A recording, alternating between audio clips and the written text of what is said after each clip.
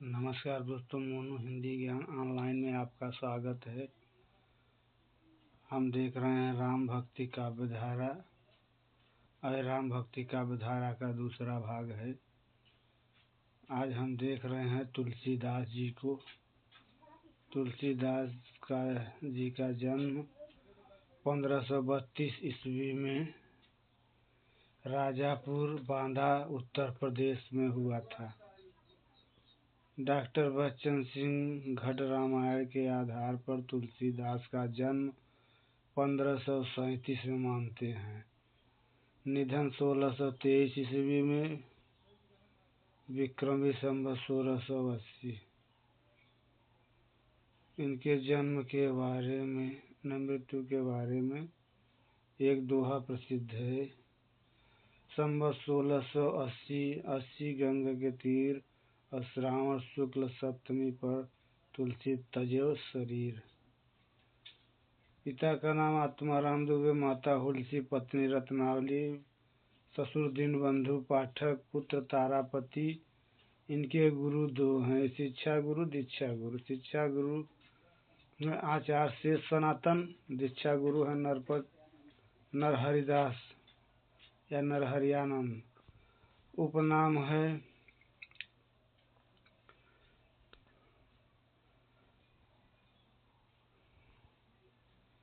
बचपन का नाम राम बोला है। तुलसी नाम इनके गुरु नरहरिदास ने दिया। कलिकाल का वाल्मीकि नाभादास ने कहा। मानस का हंस अमृतलाल नागर ने जीवनी परक उपन्यास लिखा इस नाम से। हिंदी साहित्य का आकाश का चंद्रमा भिखारी दास एवं रामचंद्र शुक्ल ने कहा। इनके बारे में एक दोहा है। सूर सूर तुलसी शशि उद्गन केशवदास, अब के कवि खद्योत सम जहाँ तहाँ करत प्रकाश। मुगल काल का सबसे बड़ा आदमी, अकबर से भी महान, वेसेंट स्मिथ ने कहा। रूपकों का बादशाह लाला भगवान दीन एवं बच्चन सिंह ने कहा। अनुप्रास का बादशाह रामचंद्र शुक्ल ने कहा। उत्प्रेक्षाओं का बादशाह उदय भानु सिंह ने कहा। गौतम बुद्ध के बाद सबसे बड़ा दूसरा लोकनायक ग्रियर्सन ने कहा। समन्वयवादी कवि हजारी प्रसाद द्विवेदी ने कहा। मुक्ति का महासागर निराला एवं शुक्ल ने कहा तुलसीदास जी को। लोकमंगल की साधनावस्था का कवि शुक्ल ने कहा। जाति कवि रामचंद्र शुक्ल एवं रामविलास शर्मा ने कहा। तुलसीदास जन्म अद्भुत मूल नक्षत्र में हुआ था। तुलसी के जन्म स्थान के बारे में विद्वानों का मत। तुलसी के जन्म के बारे में विद्वान एक मत नहीं थे, दो मत मानते हैं।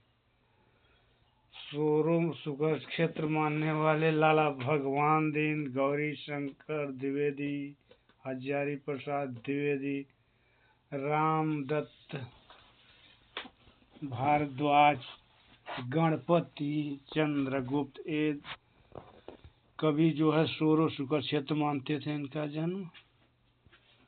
और राजापुर बांदा मानने वाले विद्वान हैं रामचंद्र शुक्ल, अमृतलाल नागर, शिव सिंह सेंगर, राम गुलाम द्विवेदी।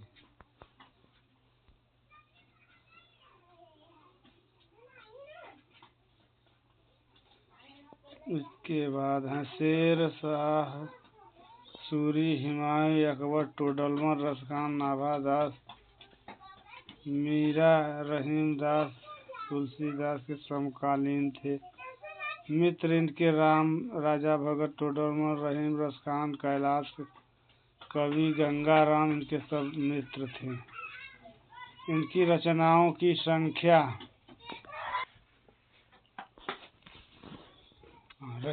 संख्या तुलसीदास के शिष्य बेनी माधव दास के अनुसार 13 तुलसीदास की रचना है। शिव सिंह सेंगर के अनुसार 18 रामायण, 11 अन्य। ग्रियर्सन के अनुसार 21 रचनाएं हैं तुलसीदास की। शिव बिहारी लाल वाजपेयी के अनुसार 20, बदन पाठक के अनुसार 12, मिश्र बंधु के अनुसार 25, नागरी पचाड़ी सभा काशी की खोज रिपोर्ट से 37, इसमें से 12 को प्रमाणित माना। नागरी पचाड़ी सभा काशी ने तुलसी ग्रंथावली नाम से 2 भागों में इसका प्रकाशन करवाया। तुलसी ग्रंथावली नाम से 2 भागों में, पहला भाग है रामचरितमानस। पहले भाग में रामचरितमानस, बैराग संदीपनी, बरवय रामायण, पार्वती मंगल, जानकी मंगल, रामलला नाछू, राम कुमार राम। दूसरा भाग में है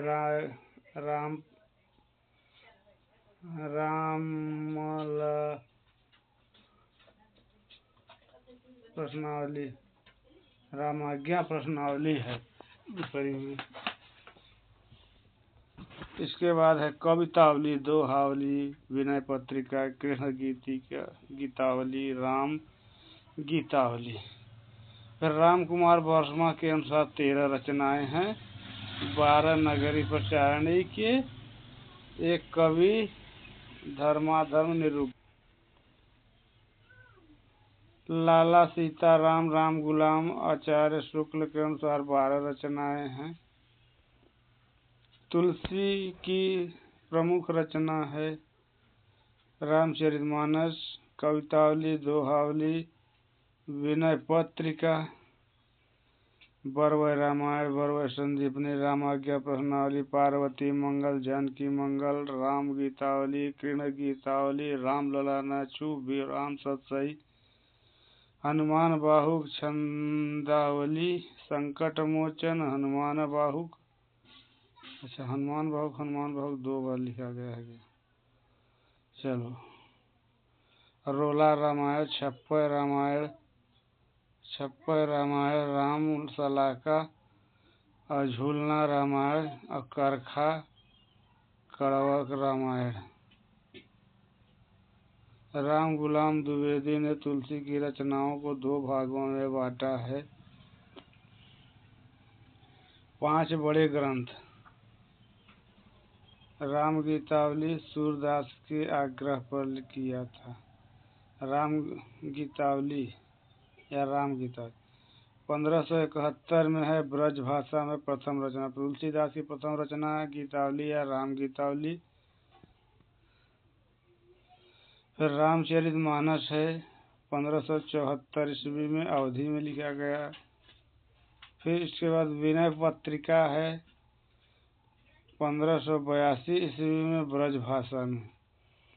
इसके बाद दोहावली है 1583 में ब्रज भाषा में। फिर कवितावली है 1612 में ब्रज भाषा। अंतिम रचना होने पर हनुमान बाहुक इसी में का भाग है।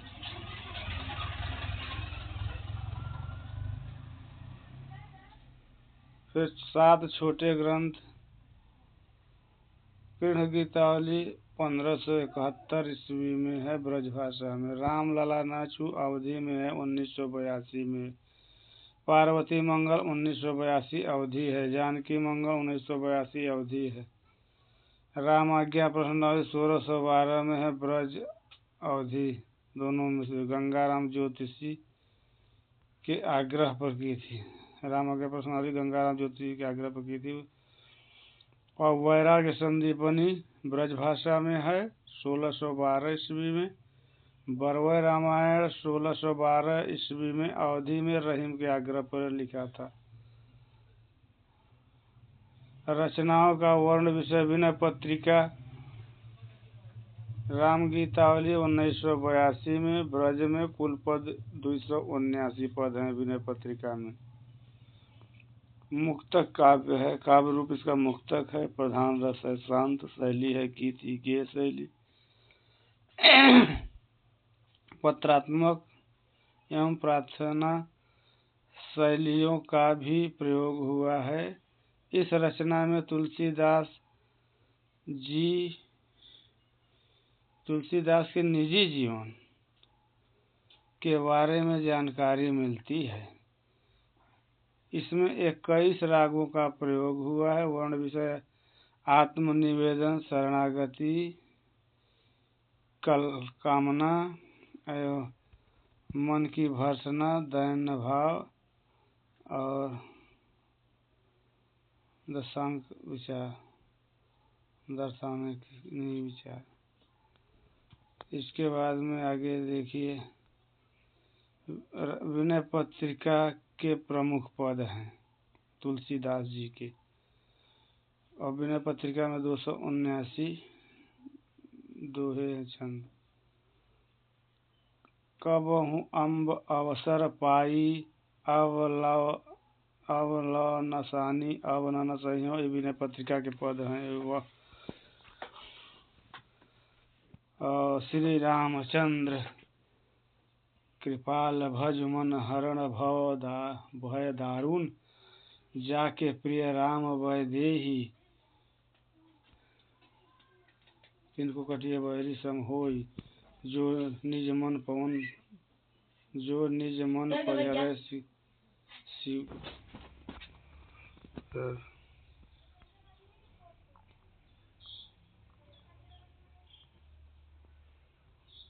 कहानी से चलाया हम, कहाँ तक देखे थे हम, या देख चुके थे, या भी देख चुके थे।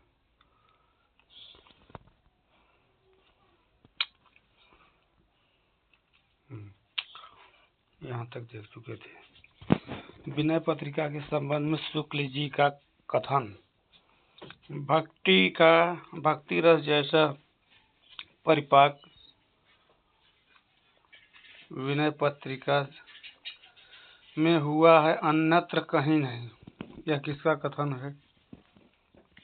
आचार्य रामचंद्र शुक्ल जी का। विनय पत्रिका हिंदी साहित्य का एक अनमोल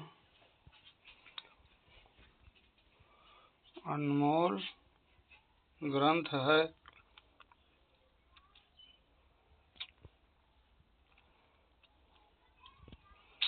यह कथन है आचार्य रामचंद्र शुक्ल जी का। विनय पत्रिका भक्तों का कंठहार है। विनय पत्रिका राम भक्ति के नाना रसों भरी हुई है। फिर दूसरी रचना देखते हैं, तुलसीदास कृष्ण गीतावली, राम गीतावली। राम गीतावली का रचना काल है 1571, भाषा है ब्रज, कुल छंद हैं 328। गीतावली में, राम गीतावली में 328 छंद हैं। इसमें विनय पत्रिका की काव्य रूप मुक्तक है, शैली है गीति, श्रृंगार, वात्सल्य मिश्रित है। इसमें विनय पत्रिका की तरह 21 रागों का प्रयोग हुआ है। यह रचना आरंभ में राम के जन्मोत्सव से हुआ। इसमें रामचरितमानस के समान 7 कांड हैं। इसके बाद आ गया कवितावली। कवितावली का रचना काल है 1612 में। इसकी भाषा है ब्रज, कुल 325 छंद है कवितावली में। काव्य रूप है मुक्तक। इसमें रामचरितमानस के समान 7 कांड हैं, सर्ग हैं। बाल कांड 22 पद, अयोध्या कांड 28 पद, अरण्य कांड में ऐसा ही नहीं दिखाई दे रहा है। किष्किंधा कांड में 1 पद, सुंदर कांड में 3 पद, लंका कांड में 58 पद, उत्तर कांड में 183 पद। रचना सीता वट। प्रमुख रस भक्ति, वीर, रौद्र एवं भयानक रस है। इसमें कली काल, महामारियों एवं तुलसी के निजी जीवन का चित्रण है। इसमें तुलसी ने लंका दहन जैसा चित्रण किया है। यह विदित होता है कि इन्होंने अपने जीवन में कोई भयंकर अग्निकांड अवश्य देखा था। इसके बाद चौथी रचना है राम लला न छू। इसका रचना काल है 1582 ईस्वी। भाषा है अवधी। कुल छंद हैं 20, सभी सोहर छंद हैं। काव्य रूप मुक्तक, रचना स्थल मिथिला।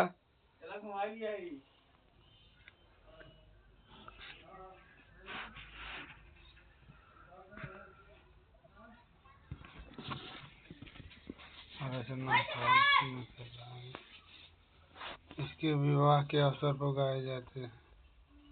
रामलाल नाचू मिथिला में सोहर मातृ। रामलला नाछू 1582 ईस्वी में। भाषा अवधी है। कुल छंद 20 है। सोहर चंदन मुक्तक रचना स्थल है मिथिला। सोहर मातृक छंद है। इसकी एक पंक्ति में 22 मात्राएं होती हैं। 12 तथा 10 पर यति होती है। इसे विवाह के अवसर पर गाए जाते हैं। गाए जाने वाला गीत है। ऐसा माना जाता है कि तुलसी ने इस रचना भोजपुरी गीतों की अश्लीलता दूर करने हेतु लिखे। वैराग संदीपनी 1612 ईस्वी। भाषा ब्रज है। कुल छंद 62 है। प्रधान रस शांत है। काव्य रूप मुक्तक है। यह रचना निम्नलिखित 4 भागों में विभक्त है। मंगलाचरण एवं वस्तु संकेत में 7 छंद हैं और संत स्वभाव वर्णन 26 छंद हैं। संत महिमा वर्णन में 9 छंद हैं। गीत वर्णन में 20 छंद। फिर बरवे रामायण हो गया।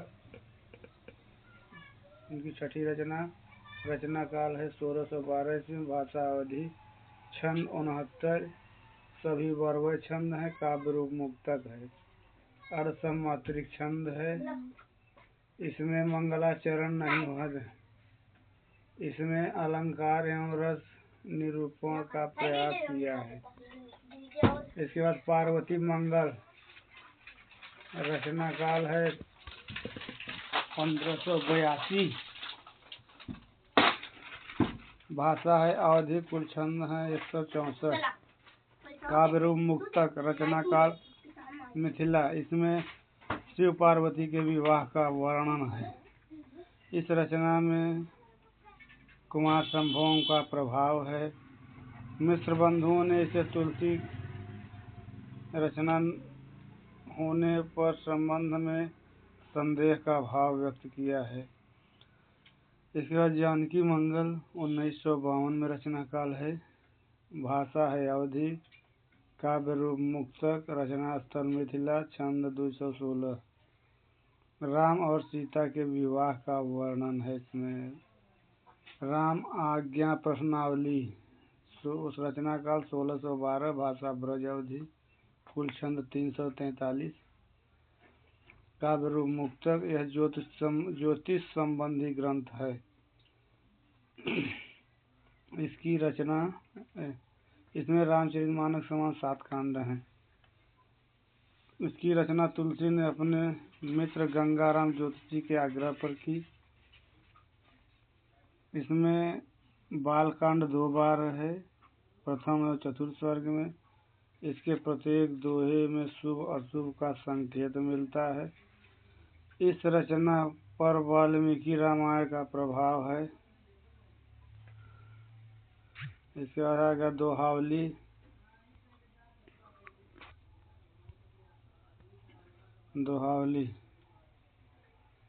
का रचना काल है 1583 में। भाषा ब्रज। कुल छंद 573।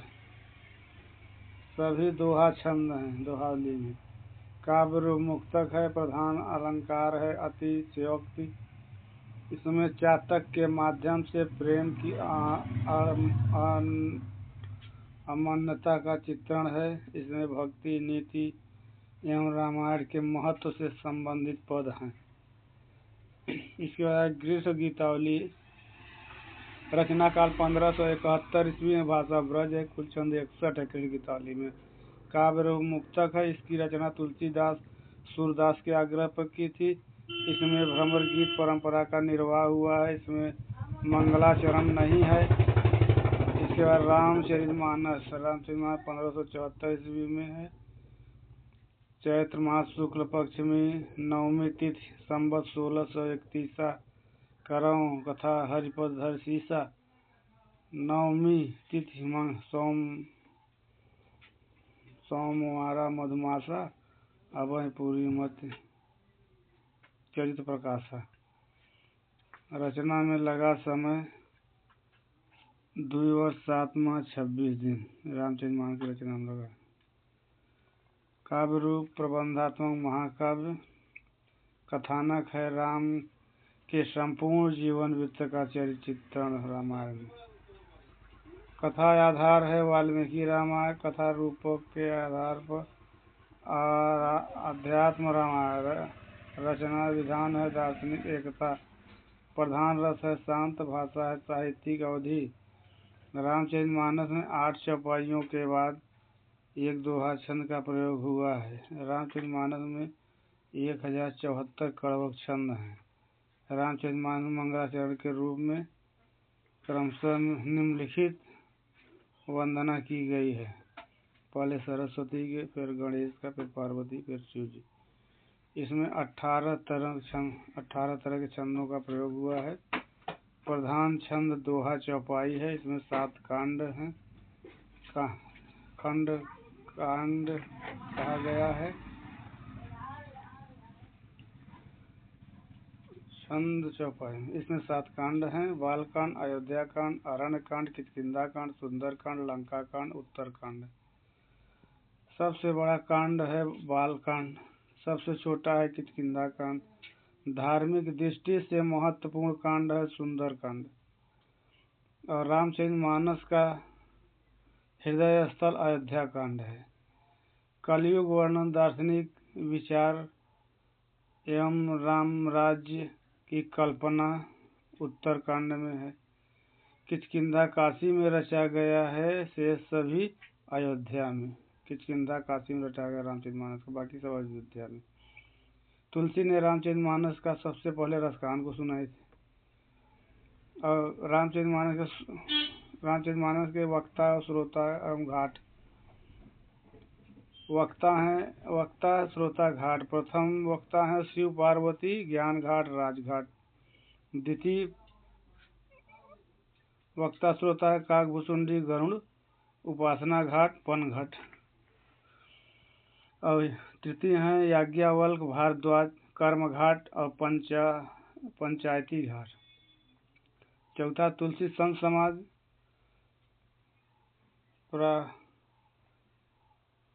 प्राप्ति घाट,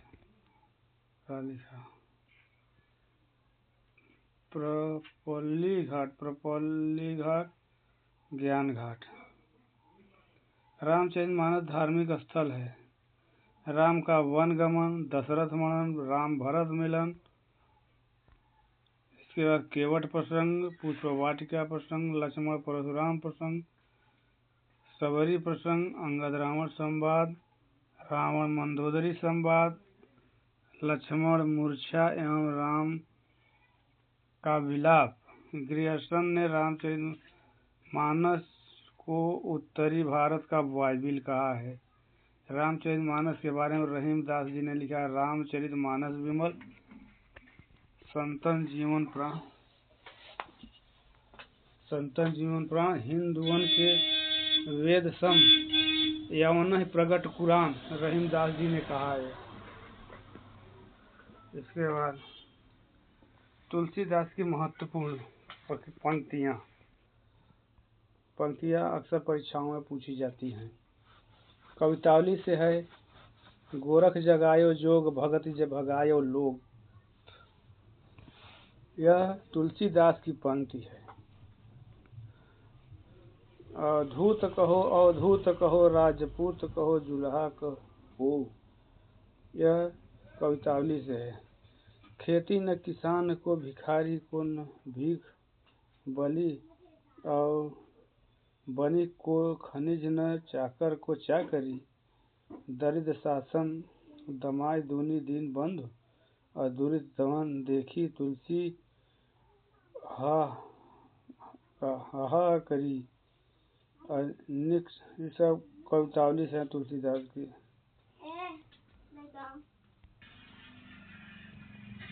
फिर इसके बाद किसबी किसान कुल बनिक भिखारी भाट चाकर चपल चकर चोर चार चौट की। यह तुलसीदास की कवितावली पंक्ति से है ये सब। बुझाई एक राम नाम घन श्याम ही ते भारी, और बड़वागी बड़ी आरी पेट की। इसके बाद है मातु पिता जग जाय तजो विघ्न, लिख कहूँ भाल भलाई। और दूसरी पंक्ति अगली पंक्ति है तन तजो कुटिल केस ज्यों तजो सात पिता मात पिता। और अगली पंक्ति है लालची लललात बिललात द्वार द्वार दीन बदन, मलिन मन मिटय न बिसरायण। झूठा है झूठो है झूठो सदा जग संत कहत हैं, असु लहा है। पूरन ते निकसी रघुवीर वधु धरि धाम, धाय धय मग में डग है। झलकती झरि भाल बनी जल के पुट सूख गए मधुराधर। विनय पत्रिका से आज दूसरा। कबम अम्ब अवसर पाई मेरी आँव सुधि, घावड़ी करुण कथा चलाई। श्री रामचंद्र कृपालु मन भज, मन हरण भवमय दारुण। मंज कंज लोचन कंज सुख कर कंज पद कजारूण। इसके बाद विनय पत्रिका से जाके प्रिय राम वैदेही, तजिय तिनको कोटि वैरी समहोही। ये मीरा के बारे में। अबलन सानी अबलन सहियों राम कृपा भव निशा। यह है तुलसीदास की पंक्तियां। केशव कही न जाहि का कहिए, और देखत तब रचना विचित्र अति मन रहिए। विनय पत्रिका से ऐसो को उदार जगमाही बिनु सेवा जो, द्वय दीन पर राम सरिस को नाही। और सुन सीतापति सूल सुभाऊं। यह विनय पत्रिका से है तुलसीदास। लाभ कहाँ मानुष तन पाए, और कबहु हूँ यही रहीमन रहूंगे। ब्रह्म व्यापक अकाल सकल पर परत हित। ये सब विनय पत्रिका से हैं। अगली पंक्ति है विनय दोहावली से। ही निरगुण नयन सगुन, रसना राम सुनाम। एक भरोसो एक बल एक आस विश्वास। यह भी दोहावली से है। राम नाम घन श्याम हित, चातक तुलसीदास। अगली पंक्ति है साखी साबदी दोहरा, कही किन्हीं उपखान। और भगत निरूपण भगत कर और वेद पुराण। फिर अगली रामचरित मानस से पंक्ति देखेंगे। वर्णानाम संघानाम रसानाम छंद समाप्त, और मंगलानाम च कर्तारौ वंदे वाणी विनायकौ। यह रामायण से पंक्ति रामचरित मानस से। स्वतः सुखाय तुलसी रघुनाथ गाथा भाषा निबंध मत मंजुल मत खेल। इसके बाद बंदव गुरुपद पदम परागा और सुरुचि सुभाव सरस अनुरागा। इसके बाद अगली पंक्ति है सिया राम राम सब जग जानी करम प्रणाम जोरी जुग पानी। और कीरति अगली पंक्ति कीरति भनित भूति भल सोई। कीरति भनित भीति भल सोई और सुर सरि सम सब कर हित होई। कवित विवेक एक नहीं मोरे सत्य कहाँ लिख कागज पूरे। यह रामचरित मानस से पंक्तियां ली गई हैं। इसके बाद है मैं सुनी निज गुरु सन सुन कथा सो सुकर खेत। ईश्वर अंध जीव अविनाशी चैतन अमल सुखदेव। अवगुण सगुण कुछ नहीं भेदा सतरूप सब। तुलसीदास की भक्ति भावना प्रेममयी एवं दास्य भाव की थी। भक्ति रस जैसा पूर्ण परिपाक तुलसी ने देखा जा सकता है वैसा अन्यत्र कहीं नहीं। आचार्य रामचंद्र शुक्ल ने प्रेममयी एवं दास्तान भाव की भक्ति। प्रीति राम सो नीति चलिए राग रिस जीत। और तुलसी संकट संतन में मतय और छह भय छह यह भगति जीति। सॉरी थोड़ा राइटिंग नहीं समझ में आ रही है। भक्ति मार्ग के सबसे लिए खुला है। पुरुष नपुंसक नारी व जीव चराचर कोई और सर्वभाव भज कपट तज मोह परम प्रिय सोई। आराध्य के प्रति अटूट विश्वास है। एक भरोसो एक बल एक आस विश्वास राम नाम घन श्याम हित चातक तुलसीदास। ईश्वर सर्वशक्तिमान है विधि हरि प्रभु विधि हरि शंभु नचावन हारे की। ईश्वर सर्वशक्तिमान है। अगला है जो ईश्वर की भक्ति में बाधा उत्पन्न करते हैं उसका परित्याग कर देना चाहिए। जाके प्रिय न राम वैदेही तजिए तिन्हें कोटि वैरी सम यद्यपि परम स्नेही। चाहे वो कितने भी स्नेही हो उन्हें वैरी सब से त्याग कर देना चाहिए।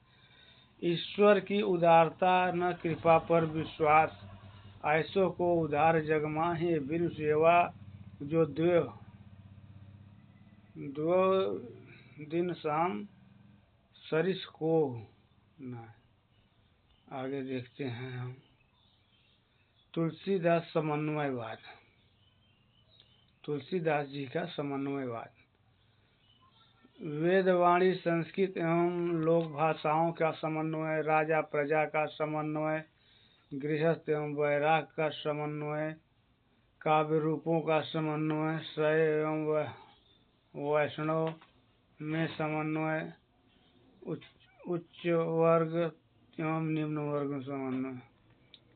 तुलसीदास की अन्य विशेषताएं हैं विशिष्टाद्वैतवाद का समर्थन राम की कल्पना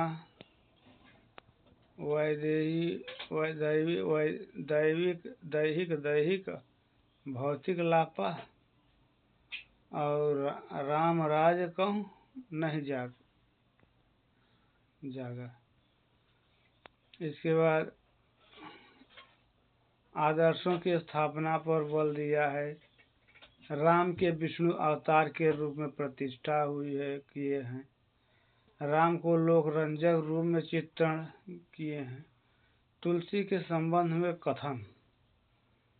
अब यहाँ से हम देखेंगे तुलसीदास जी के कथन।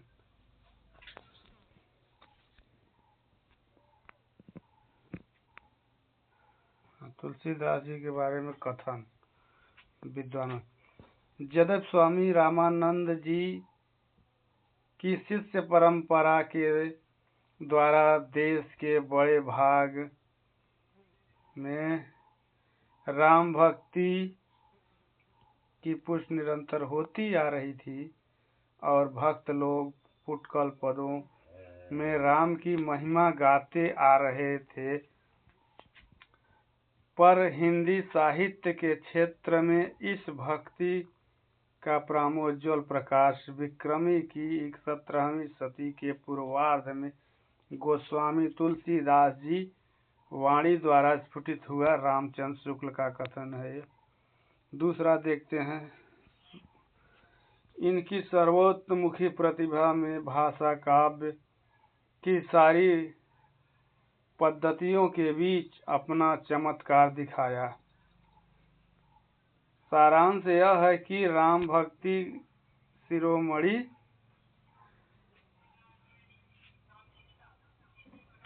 शिरोमणि संगठित हुआ। इसके हिंदी काव्य की पूर्णता का युग आरंभ हुआ। यह कथन आचार्य रामचंद्र शुक्ल जी का है।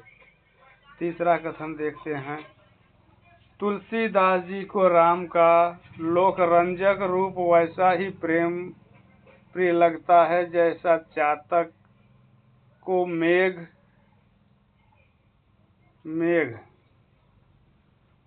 का लोक समुदायी रूप। आचार्य रामचंद्र जी का कथन है। फिर भक्ति के लिए भक्ति का समावेश, भक्त के लिए भक्ति का आनंद ही उनका फल है। यह भी कथन शुक्ल जी का है। वह शक्ति, शीत और सौंदर्य के अनंत समुद्र तट पर खड़ा होकर लहरें देने में ही जीवन का परम फल मानता है। तुलसी इसी प्रकार के भक्त थे। गोस्वामी तुलसीदास से आचार्य रामचंद्र शुक्ल जी का कथन है।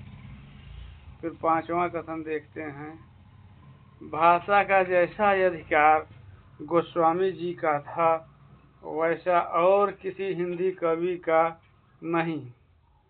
पहली बात तो यह ध्यान देने की है कि अवधी और ब्रज काव्य भाषा की दोनों शाखाओं पर इनका समान और पूर्ण अधिकार था। भाषा एक ऐसा विस्तृत अधिकार है और जिसकी कवि का और किसी कवि का नहीं था। ईश्वर न सूर अवधि लिख सकते थे न जायसी ब्रज। आचार्य रामचंद्र जी का कथन है, रामचंद्र शुक्ल जी का कथन है। गोस्वामी जी ने प्रादुर्भाव को हिंदी काव्य के क्षेत्र में एक चमत्कार समझना चाहिए। हिंदी काव्य की स्थिति पूर्ण अवसर इनकी रचनाओं में ही पहल दिखाई पड़ा। आचार्य रामचंद्र गोस्वामी जी की रचना अधिक संस्कृत गर्भित है, पर इनका यह अभिप्राय नहीं है कि उनके पदों में शुद्ध देश भाषा का माधुर्य नहीं है। इन्होंने दोनों प्रकार की माधुर्यता, बहुत अनूठा मिश्रण है इनके भाषा में। आचार्य रामचंद्र शुक्ल जी का कथन है यह। अगला कथन देखते हैं, आठवां। गीतावली की रचना गोस्वामी जी ने सूरदास के अनुकरण पर की है और बाल लीला के कई एक पद ज्यों का त्यों सूरसागर में भी मिलते हैं। केवल राम और श्याम में अंतर। आचार्य रामचंद्र शुक्ल जी का कथन है। नौवां कथन देखते हैं, हिंदी काव्य को सभी प्रकार की रचनाएं शैली ऊपर गोस्वामी जी का अपना ऊंचा आसन प्रतिष्ठित किया है। यह उच्चता और किसी को नहीं प्राप्त थी, आचार्य रामचंद्र शुक्ल जी का कथन है। इसके बाद 10वां कथन देखते हैं। अपने दृष्टि विस्तार के कारण ही तुलसीदास जी हिंदी काव्य को यहाँ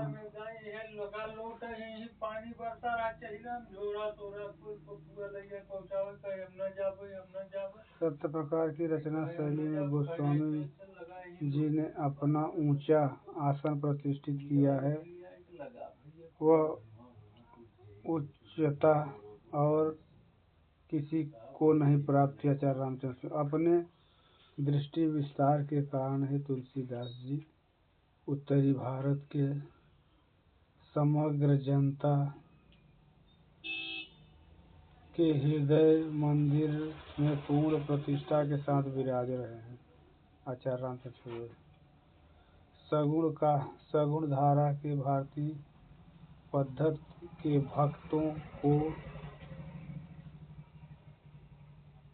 भक्तों में कबीर दादू आदि के लोक धर्म विरोध स्वरूप को आदि किसी ने पहचाना तो गोस्वामी जी ने। आचार्य जिस प्रकार चौपाई दोहे के क्रम से जायसी ने अपना पद्मावत नाम से प्रबंध काव्य लिखा, उसी प्रकार से गोस्वामी जी ने अपना परम प्रसिद्ध काव्य रामचरितमानस जो लोक का हृदयहार बनता चला आया।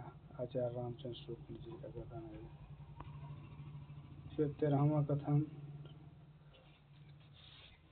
गोस्वामी जी की भक्ति पद्धति सबसे बड़ी विशेषता यह है उनकी सर्वांग पूर्णता। जीवन के किसी पक्ष को सर्वथा छोड़कर वह नहीं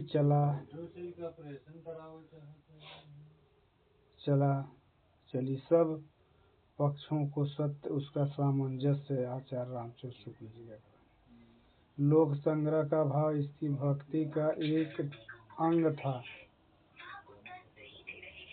और कृष्णोपासक भक्तों में इस अंग की कमी थी।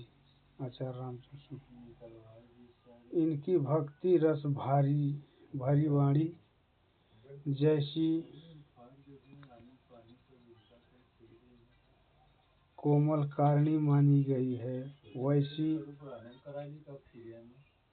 और किसी की नहीं।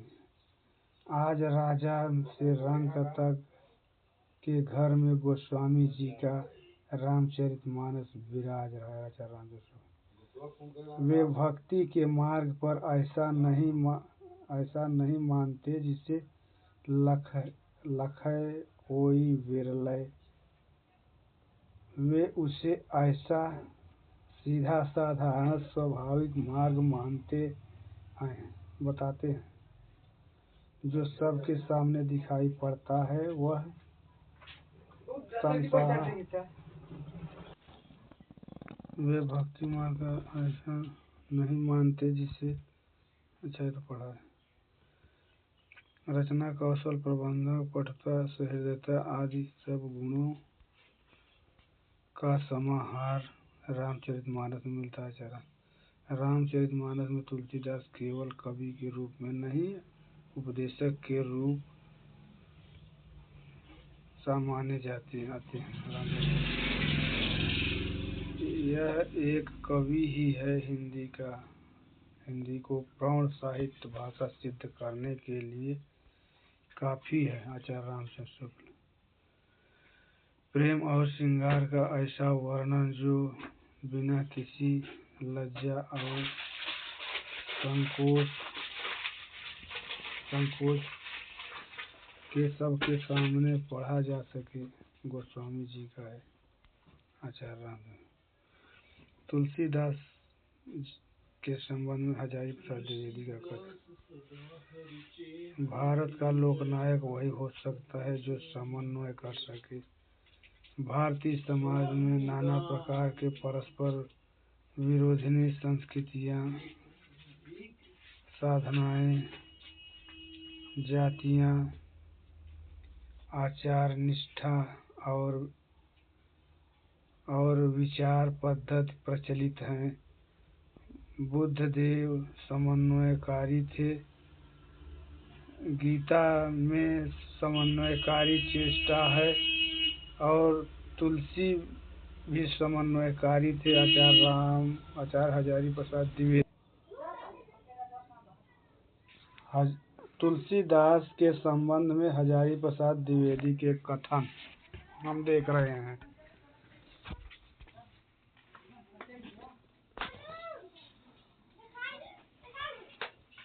इनका सारा काव्य समन्वय की विराट चेष्टा है। हजारी प्रसाद द्विवेदी। तुलसीदास कवि थे, भक्त थे, पंडित, समाज सुधारक थे, लोकनायक थे और भविष्य के श्रेष्ठा थे। हजारी प्रसाद द्विवेदी ने कहा है। अगला कथन देखते हैं। मानव प्रकृति का ज्ञान तुलसी से अधिक उस युग को किसी को नहीं था।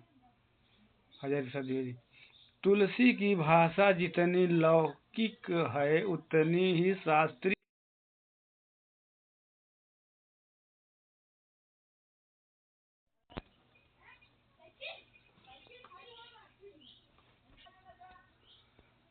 तुलसी की भाषा जितनी लौकिक है उतनी शास्त्रीय। हजारी प्रसाद द्विवेदी। प्रेम युग में प्रचलित ऐसी कोई काव्य कृति नहीं थी जिस पर उसके अपनी छाप न लगा दी हो। चंद्र के छप्पे, कबीर के दोहे, सूरदास के पद,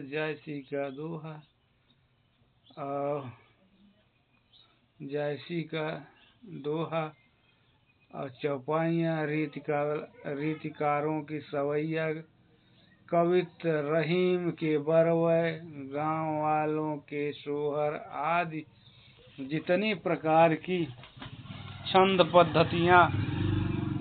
पद्धतियाँ थी उन दिनों लोक में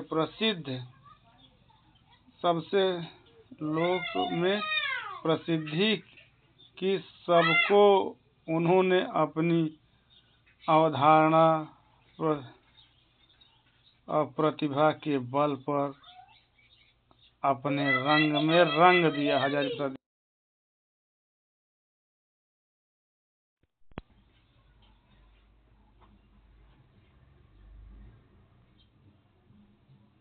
पीछे आ गया है, ये थोड़ा इधर उधर हो गया है। एक मिनट, जहाँ तक हम पढ़े थे वहाँ के आगे से देखते हैं। ये पीछे कैसे आ गया।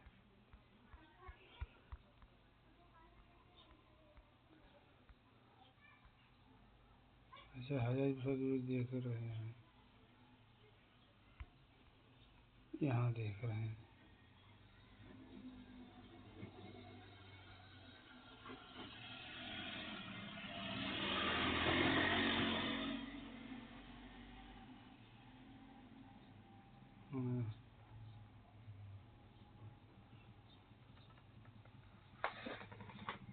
लोक एवं शास्त्र का समन्वय, गृहस्थ और वैराग का समन्वय, निर्गुण और सगुण का समन्वय, कथा और तत्व ज्ञान का समन्वय, ब्राह्मण एवं चंडाल का समन्वय, पंडित और अपंडित का समन्वय, रामचरितमानस के रूप में आखिर तक समन्वय ही समन्वय काव्य है। रामचरित चित्रण है में तुलसीदास अतुलनीय हैं। इनके सभी पात्र हाड़ मांस से बने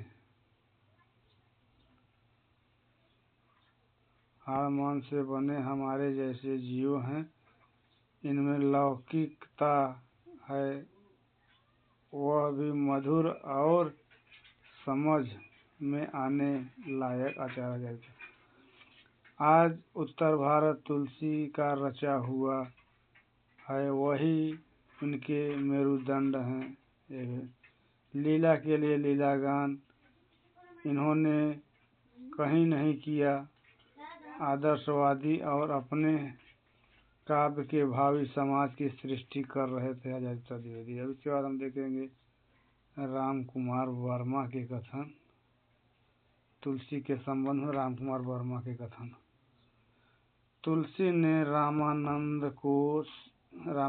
के सिद्धांतों को लेकर अपनी प्रतिभा में जो राम भक्ति संबंधी कविता और उनका महत्व स्थायी सिद्ध हुआ, न केवल इनके लिए काल में ही वरन परवर्ती काल में भी राम भक्ति धारा अबाध रूप से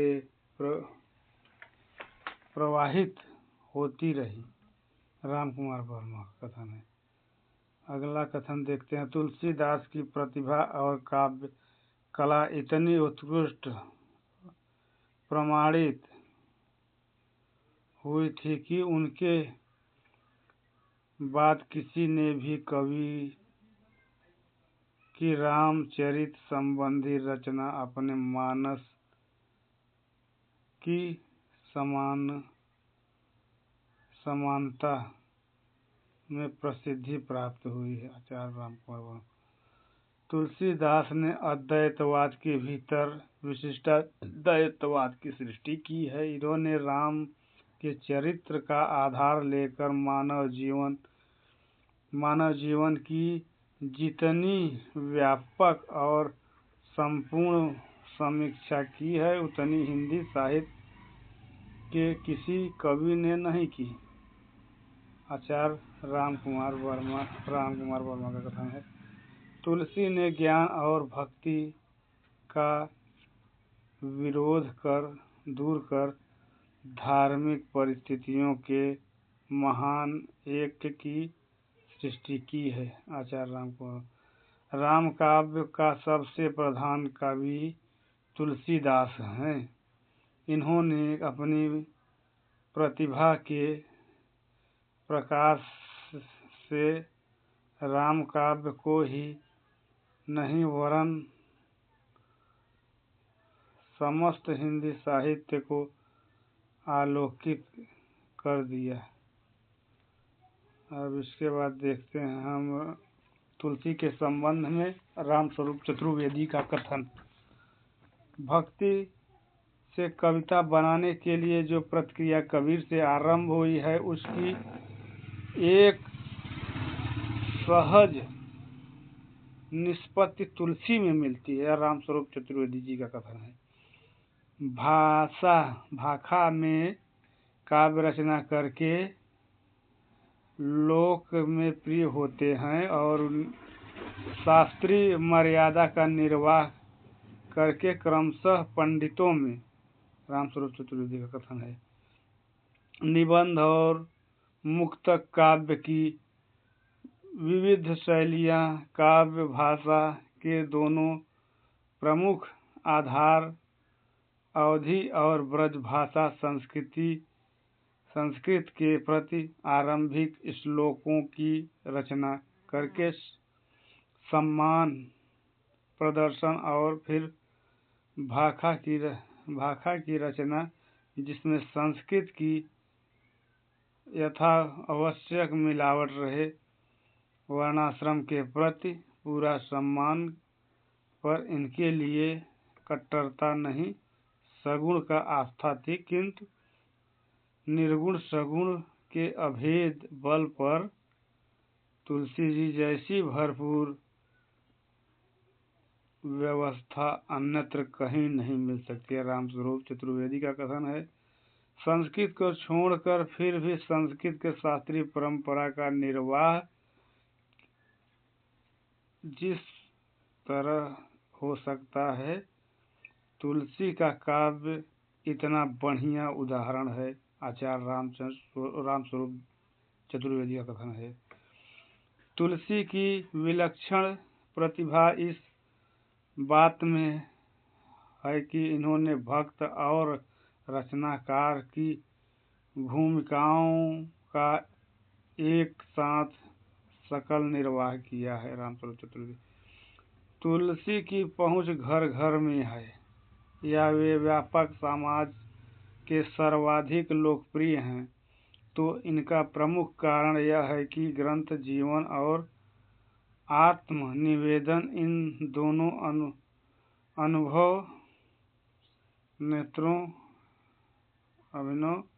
अनुभव क्षेत्रों के बड़े कवि हैं। रामस्वरूप चतुर्वेदी जी ने कहा है। अगला देखते हैं हम तुलसी के संबंध में विश्वनाथ प्रसाद मिश्र जी का कथन।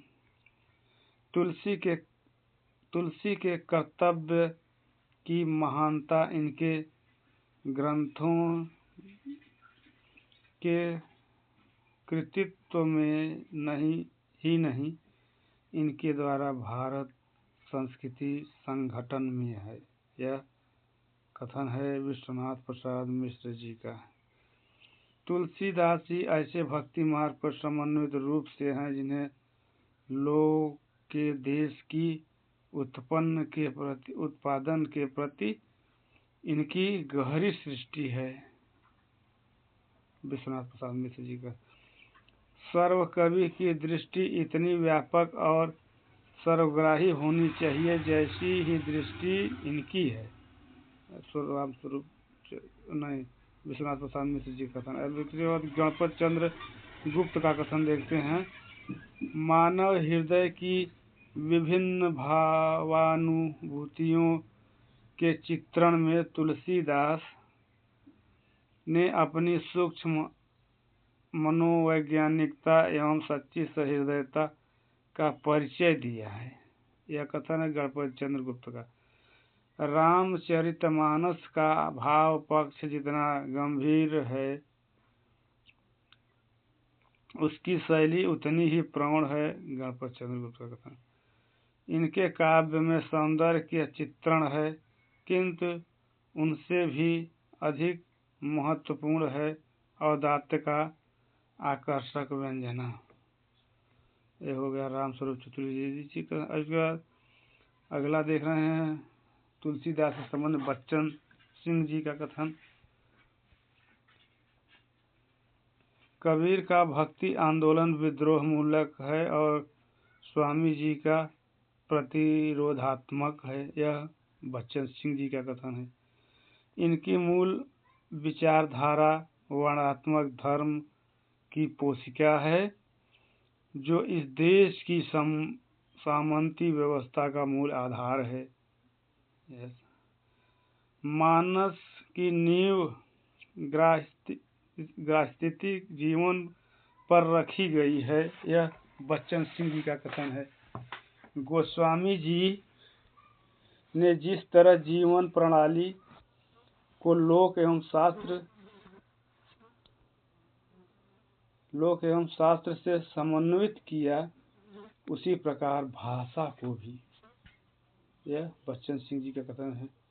नारी के संबंध में उसका दृष्टिकोण सामंतवाद का ही पोषक ठहरता है।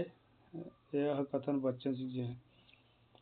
अवधी और ब्रजभाषा पर तुलसी जी पूर्ण स्वामित्व है, पर उनकी भाषा तो जायसी की ठेठ अवधी और नसूर की ठेठ ब्रजी, उन पर संकेत साहित्यकता का रंग चढ़ा हुआ है। बच्चन सिंह जी का कथन। समाज में विभिन्न वर्गों के ऊंच नीच, विषय परिस्थितियों एवं मानवीय संवेदनाओं चित्रण गोस्वामी जी ने किया है, मध्यकाल में किसी दूसरे कवि ने नहीं बन पड़ा। यह हो गया बच्चन सिंह जी का कथन। अब नंद दुलारे वाजपेयी जी का कथन तुलसीदास जी के संबंध में देखते हैं। इनकी भाषा सच्चे अर्थ में राष्ट्रीय है। राष्ट्रीय भाषा का अधिक निर्माण इसी तरह हो सकता है। यह नंद दुलारे वाजपेयी का कथन है। इनकी वह कला भाषा निर्माण की एकदम अपूर्व है। जिस कारीगरी से इन्होंने संस्कृत शब्दों को देसी रूप दिया है, संस्कृत की जमीन पर पहले प्रचलित भाषा का रंग चढ़ाया और फिर हिंदी प्रत्ययों और विभक्तियों के बूटे जड़कर हिंदी धातुओं की चोट लगाई।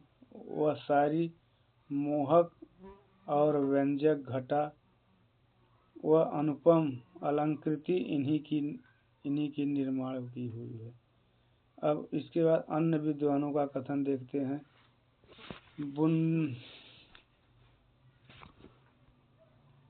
बुद्धदेव के बाद भारत के सबसे बड़े लोकनायक तुलसीदास जी हैं। गृहस्थन का कथन है। तुलसी धर्मध्वज आचार्य चतुर्सेन का कथन है। मानस की भाषा अत्यंत प्रौढ़ एवं परिमार्जित अवधि है। संस्कृत के प्रभाव से इसे काफी परिष्कृत किया गया है। सत्यदेव चौधरी। कविता करके तुलसी न लसे, कविता लसी तुलसी की कला। राम के भज अमर न हुए, तुलसी तुलसी तुलसी को पा अमर है राम का लाला। हरिऔध की कथा, हरिऔध की है। कली कुटिल जीव निस्तारा हित, वाल्मीकि तुलसी भयो नाभादास। रामचरित मानस विमल सेवा जीवन प्राण, हिंदुवन वेद सम यह पुराण रविदास जी का है। अब देखते हैं अन्य राम भक्त कवि एवं उनकी रचनाएं। तुलसीदास यहाँ से तुलसीदास पूर्ण हुए। अब यहाँ से अन्य भक्त कवि उनकी रचनाएं। रामायण महानाटकम 1610 प्राणचंद चौहान। राम रासो 1618 में माधवदास चारण। अध्यात्म रामायण 1624 में माधवदास चारण। हनुमान नाटक 1623 में हृदय राम। परुषेय रामायण नरहरिवार भट्ट। अवध विलास 1643 ईस्वी में लाल दास। रामायण 1643 में कपूर चंद। रघुनाथ चरित वासुदेव परशुराम देव। दशावतार चरित परशुराम देव। रघुनाथ लीला माधवदास जगन्नाथी। प्रतिमा नाटक भास के संस्कृत कवि। अभिषेक नाटक भास। रघुवंशम नाटक कालिदास। रावण वध प्रवर सेन। महावीर चरित भवभूति। रुद्राचरितम भवभूत सवे राम से संबंधित ग्रंथ हैं। उद्दात रामायण अनंग हर्ष भारद्वाज। जानकी हरण राम कुंवर दास। रामायण मंजरी क्षेमेंद्र। दशावतार चरित क्षेमेंद्र। उदार राघव सांकाल्यमल। राधोल्लास अद्वैत कवि। जानकी परिणय चक्र कवि। बाल रामायण राजशेखर। कवित्र रामायण विक्रमी संवत 1706 में चौधरी एवं पांचवी तरंगे सेनापति। रामचंद्र का केशवदास साकेत मैथिली शरणगुप्त। यहाँ से राम भक्ति का विधारा समाप्त होती है। धन्यवाद।